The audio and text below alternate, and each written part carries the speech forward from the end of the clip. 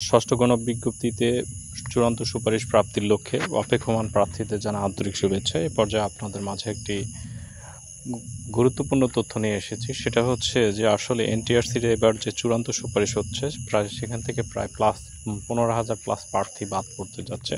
আসলে চলুন দেখি আমরা আসলে কোন সকল প্রার্থী আসলে বাদ পড়তে যাচ্ছে।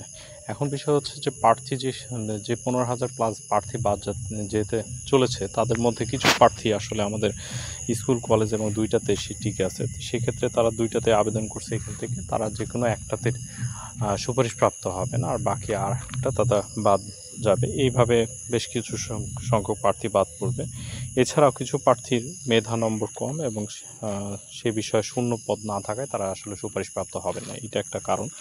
আর বিষয়ভিত্তিক আবেদনের যোগ্যতা না থাকায় অনেক প্রার্থী আসলে স্বাভাবিকভাবে বাদ পড়বেন, এটা একটা বিষয়। আর হচ্ছে এভাবে ধারণা করা হচ্ছে যে মোটামুটি 15,000 প্লাস প্রার্থী বাদ পড়বেন।